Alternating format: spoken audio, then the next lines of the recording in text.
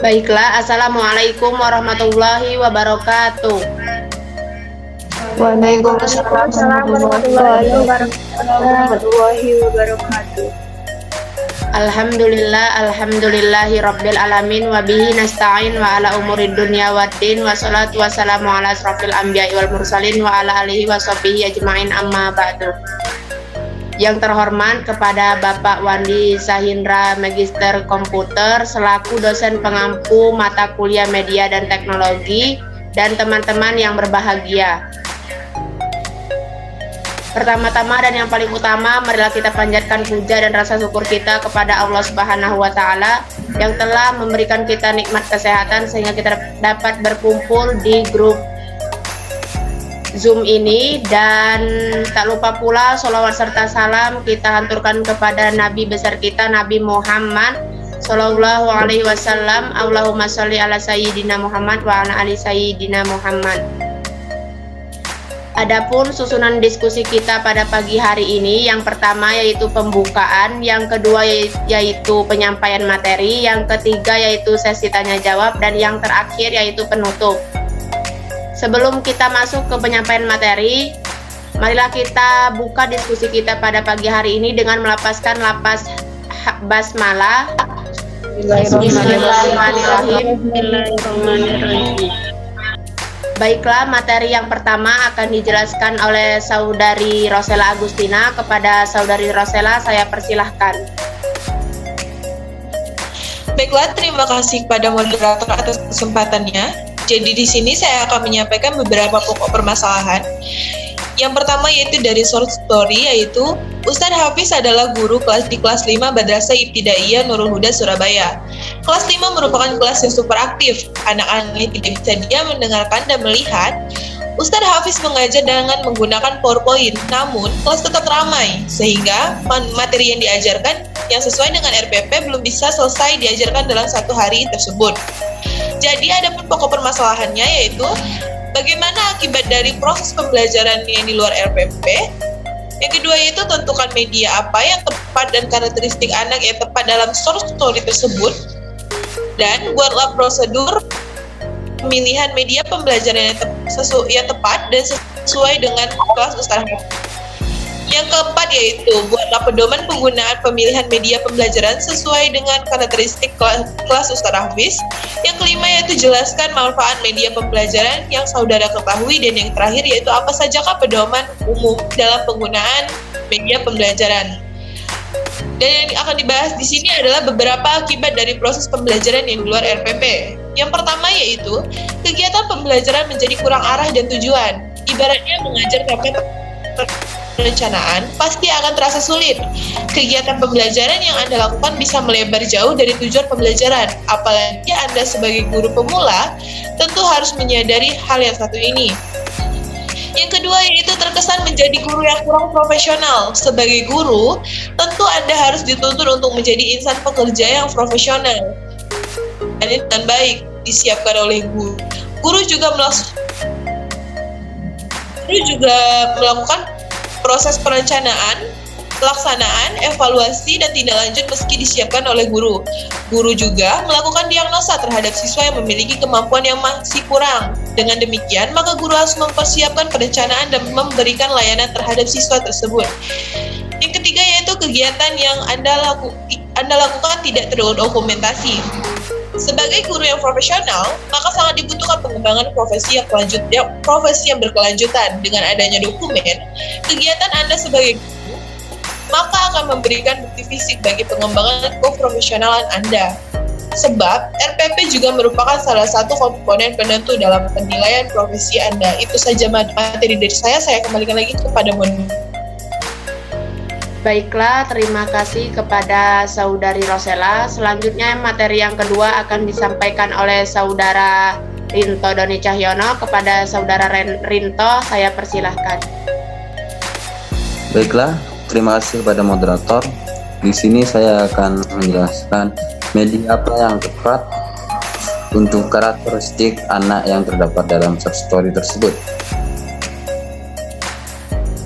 Yaitu untuk metode belajar anak terbagi menjadi beberapa, yaitu ada 3. Yang pertama yaitu auditori atau gaya anak belajar dengan cara mendengar. Anak yang auditori biasanya menyerap informasi secara optimal dengan mengandalkan indera pendengaran. Ia akan lebih mudah memahami penjelasan yang disampaikan pada gurunya dengan cara diucapkan ataupun mendengarkan dan misalnya memahami tentang musik. Yang kedua yaitu gaya belajar visual atau melihat dengan gambar. Seperti namanya, anak-anak yang visual biasanya lebih mudah menyerap informasi dari melihat simbol atau gambar. Anak ini lebih mengandalkan indera penglihatan dan imajinasinya. Jadi, anak dengan gaya belajar visual ini ia akan lebih mudah memahami materi yang disampaikan oleh gurunya melalui media gambar, seperti jika dengan proyektor ataupun gambar-gambar lainnya disampaikan oleh pematerinya. Yang ketiga yaitu gaya belajar anak kinestik.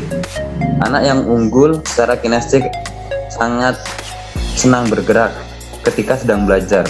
Tak heran jika anak ini selalu belajar dengan melibatkan gerakan seperti menari, bermain peran, olahraga, memainkan alat musik, dan lain sebagainya.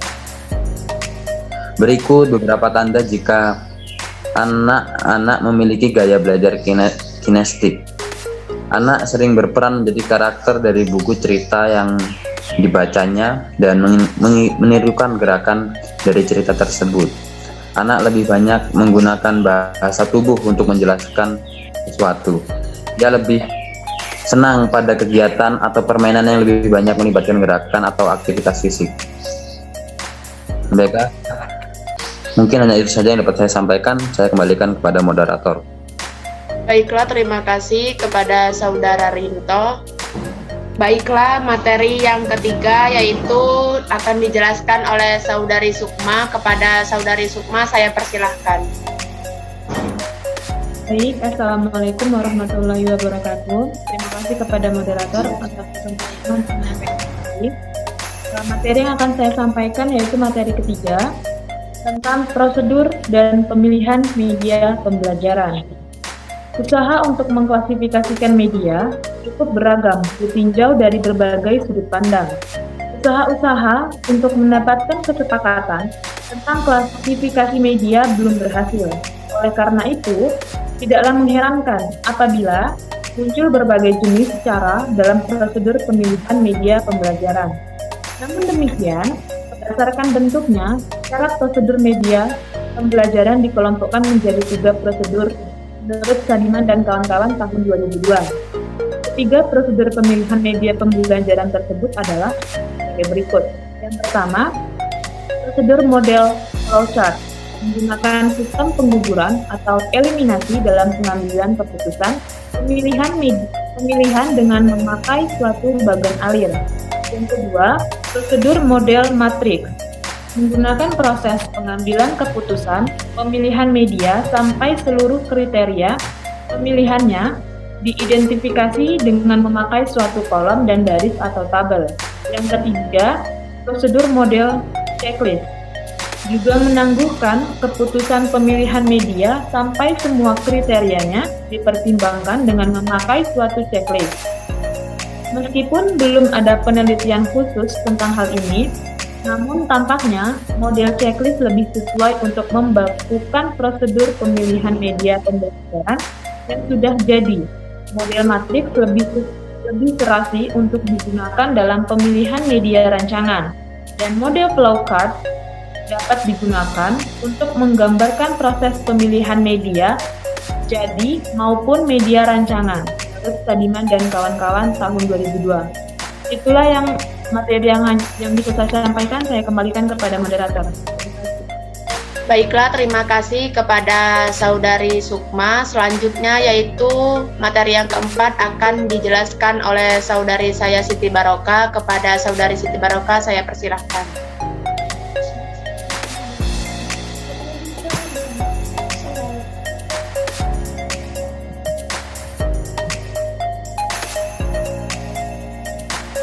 Baiklah, terima kasih. Assalamualaikum warahmatullahi wabarakatuh.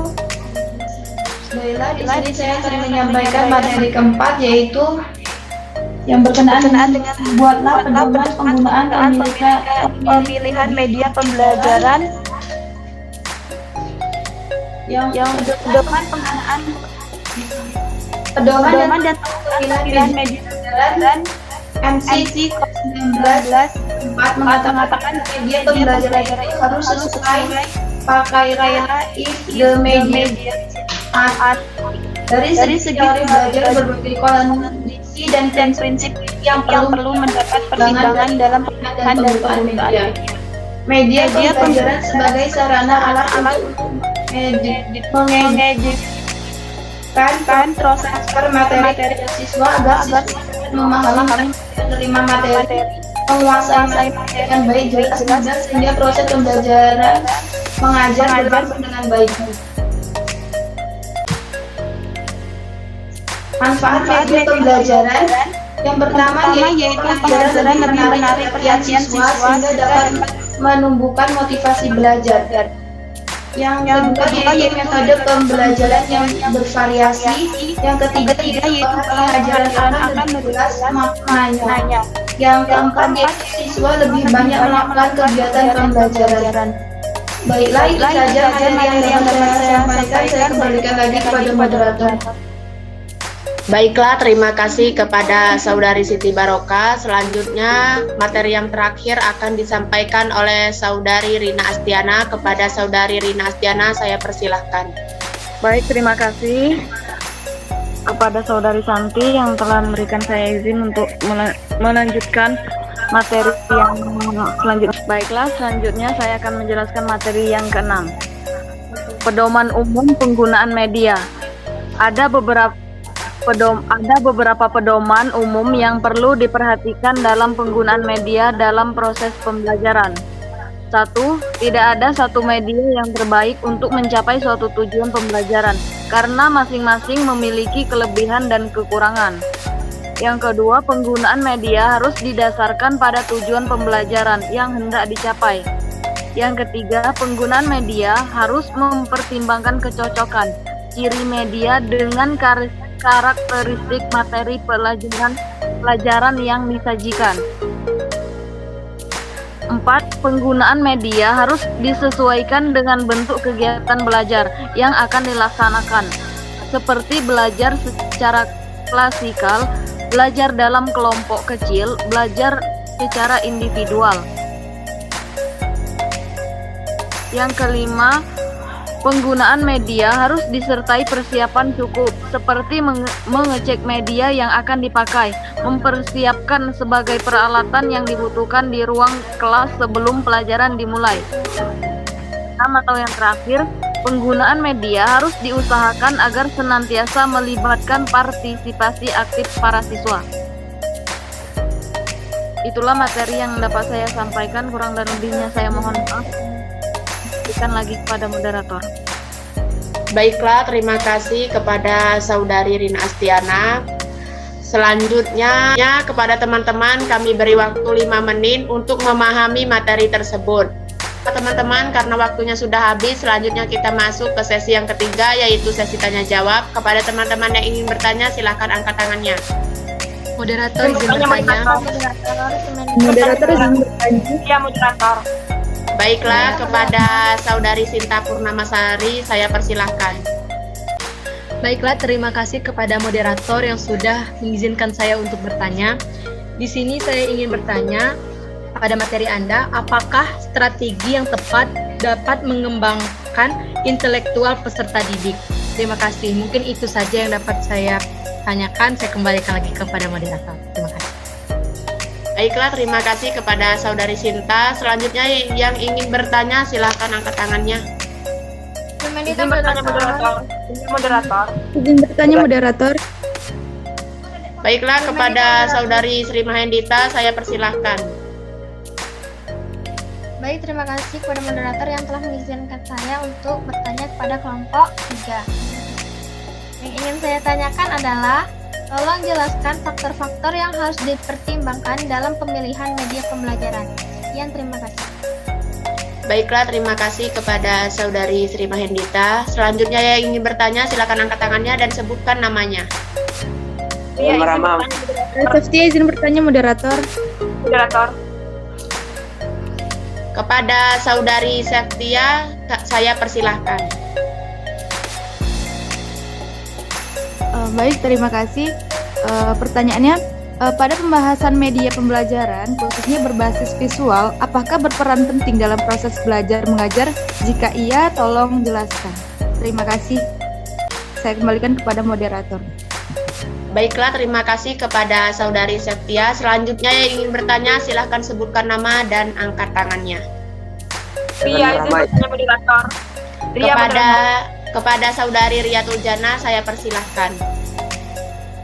Baik, terima kasih kepada moderator yang telah mengizinkan saya untuk bertanya kepada kelompok 3. Pertanyaan saya yaitu, bagaimana materi pembelajaran dalam RPP bisa dikembangkan? Itu saja. Wassalamualaikum warahmatullahi wabarakatuh. Saya kembalikan lagi kepada moderator. Baiklah, terima kasih kepada Saudari Riyatul Jannah. Selanjutnya yang ingin bertanya, silahkan angkat tangannya dan sebutkan namanya.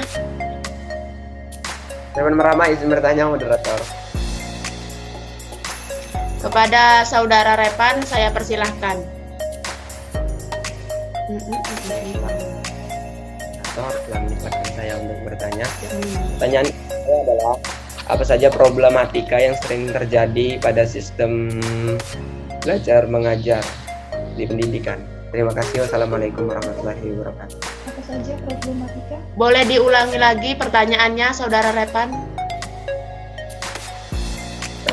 Problematika apa saja yang sering terjadi pada saat sistem belajar mengajar di pendidikan? Pada saat Pembelajaran. Baiklah, terima kasih kepada teman-teman yang sudah bertanya. Berikan kami waktu untuk menjawab pertanyaan dari teman-teman sekalian. Izin menjawab moderator. Pertanyaan dari Saudari Cinta Purnamasari. Pada Saudara Rinto Doni Cahyono, saya persilahkan untuk menjawab pertanyaan dari Saudari Cinta. Baiklah, di sini saya akan menjawab pertanyaan dari Saudari Cinta, yang mana pertanyaannya tadi, apakah strategi yang tepat dalam mengembangkan intelektual peserta didik? Kemampuan intelektual peserta didik dapat terasah dengan pemilihan strategi belajar yang tepat. Hal ini seperti didahului oleh motivasi dan semangat siswa dalam mengikuti pelajaran. Motivasi dan semangat siswa pertama kali akan muncul apabila guru dapat menyampaikan materi ajar dengan menarik, misalnya dengan pemilihan media belajar, teknik mengajar, dan metode pembelajaran yang menyenangkan menurut para siswa. Pembelajaran yang baik berupa mengarahkan siswa untuk dapat mengeksplor pengetahuannya berdasarkan hal yang terkecil yang pernah ia temui. Misalnya, siswa diajak untuk menggambarkan sebuah penampakan fisik atau objek yang pernah ia lihat. Dengan demikian, pengetahuan siswa akan berkembang. Guru tidak seharusnya memaksa peserta didik yang agak lamban dalam pemikirannya atau dalam belajarnya agar peserta didik dapat mengikuti proses pembelajaran di sekolahnya. Guru juga jangan menghambat peserta didik yang jenius untuk berhenti menunggu pasif teman-temannya yang lain masih jauh di bawahnya. Dari sini ada penekanan agar guru tetap memperhatikan tingkat kemampuan peserta didik dalam menyerap materi yang disampaikan. Baik, mungkin itu saja yang dapat saya sampaikan. Saya kembalikan ke moderator. Baiklah, terima kasih kepada Saudara Rinto. Selanjutnya kepada teman-teman, apakah masih ada yang ingin menjangga atau menambah jawaban?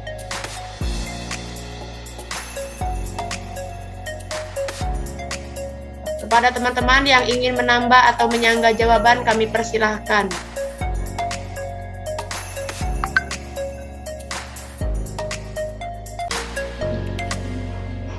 Sepertinya sudah tidak ada lagi. Saya kembalikan kepada Saudari Sinta. Apakah dapat dipahami?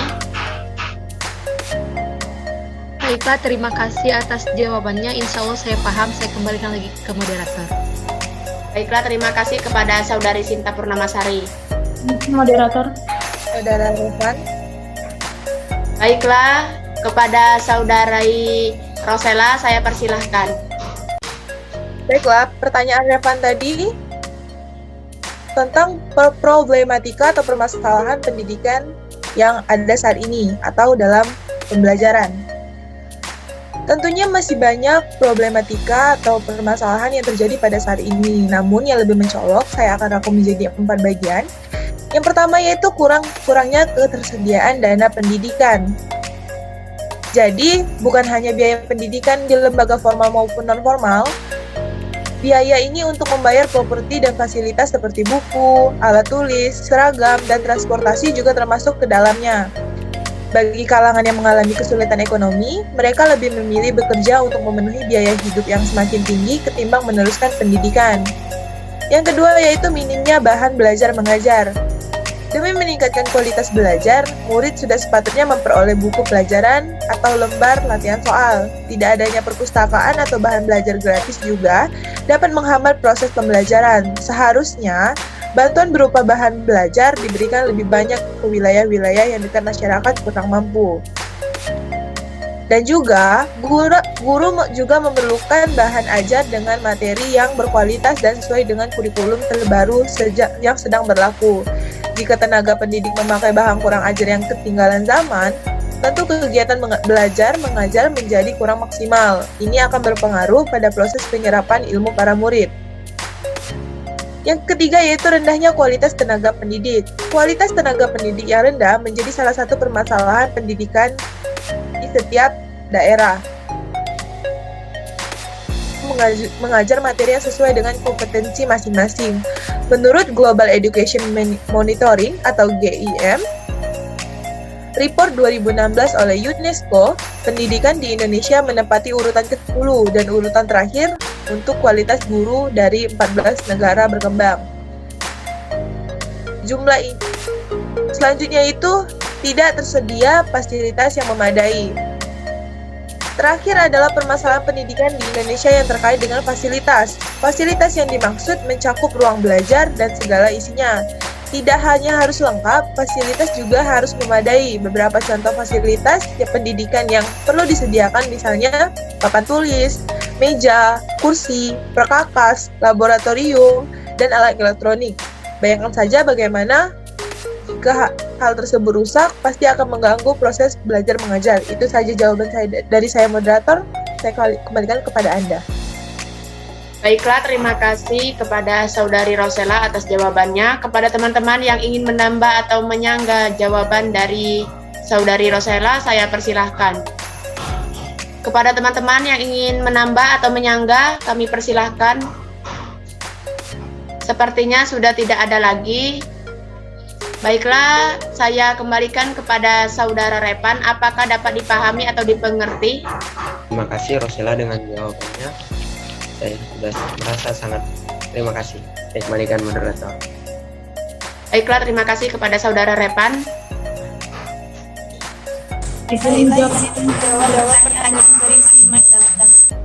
Kepada Saudara Siti Baroka, saya persilahkan. Baiklah, terima kasih. Saya akan coba menjawab pertanyaan dari Slima Hindita, yang mana pertanyaannya yaitu jelaskan faktor-faktor yang harus dipertimbangkan dalam pemilihan suatu media. Faktor-faktor yang harus dipertimbangkan dalam pemilihan suatu media adalah sebagai berikut. Yang pertama yaitu memilih media harus berdasarkan tujuan instruksional yang ingin dicapai. Yang kedua yaitu memilih media harus sesuai karakteristik siswa atau sasaran.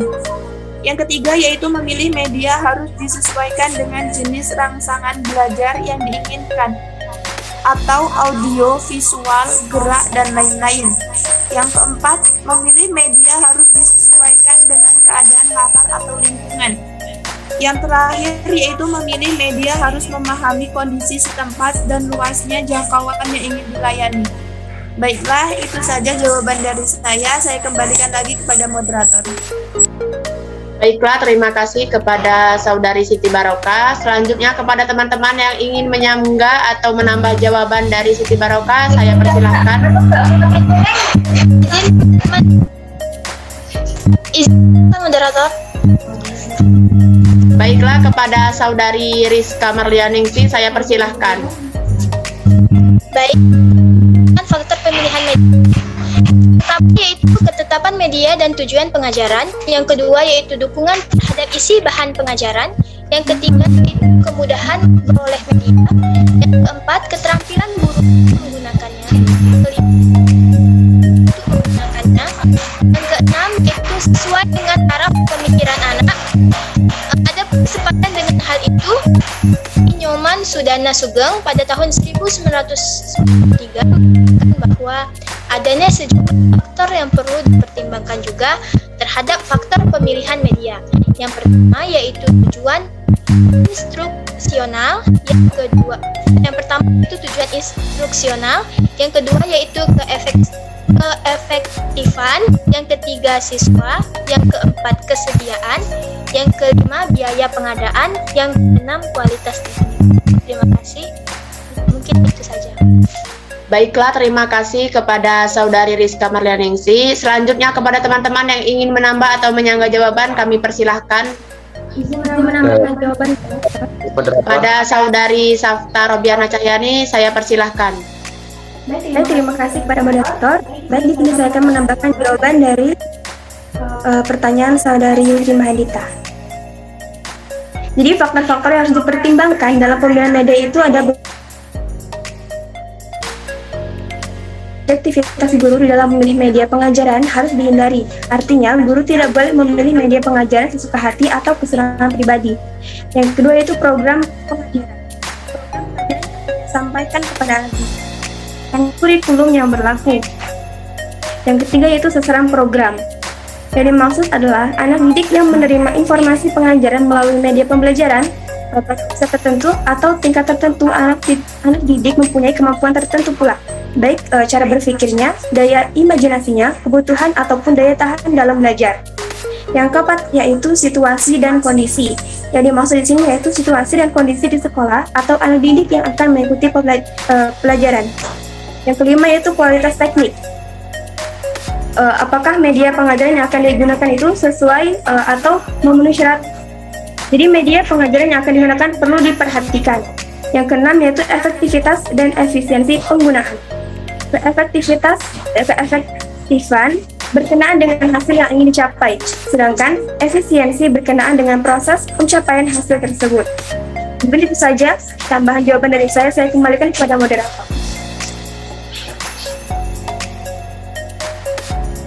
Baiklah, terima kasih kepada Saudari Safta atas tambahannya. Selanjutnya kepada teman-teman yang ingin menambah atau menyangga jawaban, saya persilahkan. Sepertinya sudah tidak ada lagi yang ingin menambah atau menyangga jawaban. Saya kembalikan kepada penanya, kepada Saudari Sri Mahendita, apakah dapat dipahami atau dimengerti? Baik, terima kasih atas jawabannya. Insya Allah bisa dipahami dan dimengerti. Baiklah, terima kasih kepada Saudari Sri Mahendita. Izin menjawab moderator. Baiklah, kepada Saudari Sukma saya persilahkan. Baik, di sini saya akan menjawab pertanyaan dari Riatul Jannah. Pertanyaannya bagaimana materi pembelajaran dalam RPP itu dikembangkan? RPP dikembangkan dari silabus untuk mengarahkan kegiatan pembelajaran peserta didik dalam upaya mencapai kompetensi dasar. RPP dikembangkan secara rinci dari suatu materi pokok atau tema tertentu yang mengacu pada silabus untuk mengarahkan kegiatan pembelajaran siswa dalam upaya mencapai kompetensi dasar atau KD. Baiklah, hanya itu yang dapat saya jawab. Saya kembalikan kepada moderator. Baiklah, terima kasih kepada Saudari Sukma Ayu Eswandari. Kepada teman-teman yang ingin menambah atau menyangga jawaban, saya persilahkan. Kepada teman-teman yang ingin menambah atau menyangga jawaban, saya persilahkan. Sri Mahendita, moderator. Baiklah, kepada Saudari Sri Mahendita, saya persilahkan. Tadi kan pertanyaan Ria, bagaimana pengembangan rencana pelaksanaan pembelajaran. Pengembangan rencana pelaksanaan pembelajaran harus memperhatikan perhatian dan karakteristik peserta didik terhadap materi standar yang dijadikan bahan kajian. Dalam hal ini harus diperhatikan agar guru jangan hanya berperan sebagai transformator, tetapi harus berperan sebagai motivator yang dapat membangkitkan gairah dan nafsu belajar. serta mendorong peserta didik untuk belajar dan menggunakan berbagai variasi media dan sumber belajar yang sesuai, serta menunjang pembentukan standar kompetensi dan kompetensi dasar. Untuk kepentingan tersebut, terdapat beberapa prinsip yang harus diperhatikan dalam pengembangan rencana pelaksanaan pembelajaran dalam menyukseskan implementasi KTSP adalah sebagai berikut. Yang pertama yaitu kompetensi yang dirumuskan dalam rencana pelaksanaan pembelajaran harus jelas. Makin konkret kompetensi, makin mudah diamati, dan makin tepat kegiatan-kegiatan yang harus dilakukan untuk membentuk kompetensi tersebut. Yang kedua yaitu rencana pelaksanaan pembelajaran harus sederhana dan fleksibel, serta dapat dilaksanakan dalam kegiatan pembelajaran dan pembentukan kompetensi peserta didik. Yang ketiga yaitu kegiatan yang disusun dan dikembangkan dalam rencana pelaksanaan pembelajaran harus menunjang dan sesuai dengan kompetensi dasar yang akan diwujudkan. Kemudian yang keempat yaitu rencana pelaksanaan pembelajaran yang dikembangkan harus utuh dan menyeluruh, serta jelas pencapaiannya. Dan yang terakhir adalah harus ada koordinasi antar komponen pelaksana program di sekolah, terutama apabila pembelajaran dilaksanakan secara film atau dilaksanakan di luar kelas agar tidak mengganggu jam-jam pelajaran yang lain. Demikian jawaban dari saya kembalikan kepada moderator. Baiklah, terima kasih kepada Saudari Sri Mahendita atas tambahannya. Saya kembalikan kepada Saudari Riyatul Jannah, apakah dapat dipahami? Bisa dipahami, terima kasih kepada pemateri. Saya kembalikan lagi kepada moderator. Baiklah, terima kasih kepada Saudari Ria. Izin menjawab pertanyaan Septia, moderator. Baiklah, kepada Saudari Rosella saya persilahkan. Baiklah, pertanyaan dari Saudari Septia tadi adalah, pada pembahasan media pembelajaran, khususnya berbasis visual, apakah berperan penting dalam proses belajar mengajar? Jika iya, tolong jelaskan. Jadi, penjelasannya adalah, jika demikian, media pembelajaran visual sangat berperan penting dalam proses pembelajaran mengajar. Karena media visual memiliki peran yaitu memudahkan dalam penyampaian materi kepada peserta pendidik. Peserta didik akan membantu dalam memahami materi yang kompleks. Pemanfaatan media visual juga berperan bagi peserta didik. Itulah jawaban saya kembalikan kepada Anda, moderator. Terima kasih atas jawabannya Saudari Rosella. Kepada teman-teman yang ingin menyangga atau menambah jawaban, saya persilahkan. Kepada teman-teman yang ingin menambah atau menyangga jawaban, saya persilahkan. Sepertinya tidak ada lagi, saya kembalikan kepada Saudari Septia. Kepada Saudari Septia, apakah dapat dipahami? Terima kasih untuk jawabannya, insya Allah bisa dipahami. Baiklah, terima kasih kepada Saudari Septia. Baiklah teman-teman, sesi tanya jawab sudah terjawab semua, alhamdulillah. Selanjutnya, sesi yang terakhir adalah penutup. Sebelum kita tutup diskusi kita pada pagi hari ini, ada baiknya kita bersama-sama melafazkan lafaz hamdalah. Alhamdulillahirabbil alamin. Alhamdulillahirabbil alamin. Itulah yang dapat kelompok kami jelaskan. Saya Santi selaku moderator dan sekaligus mewakili kelompok 3. Apabila ada kata-kata yang salah, kami mohon maaf. Kepada Allah kami mohon ampun, karena manusia tidak luput dari kesalahan. Saya akhiri, wabillahi taufik wal hidayah. Wassalamualaikum warahmatullahi wabarakatuh. Waalaikumsalam warahmatullahi wabarakatuh.